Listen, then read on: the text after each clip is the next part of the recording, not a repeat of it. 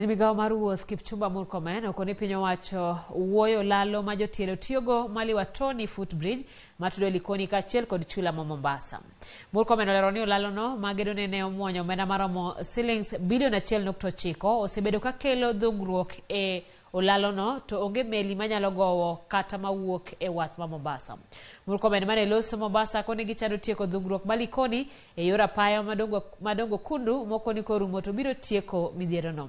Bende oyango ni en adiera ni nitiere dhungruok e kiewo ma Busia kaluwore gi nok mag masine manono mwandu mag loche go ting'o.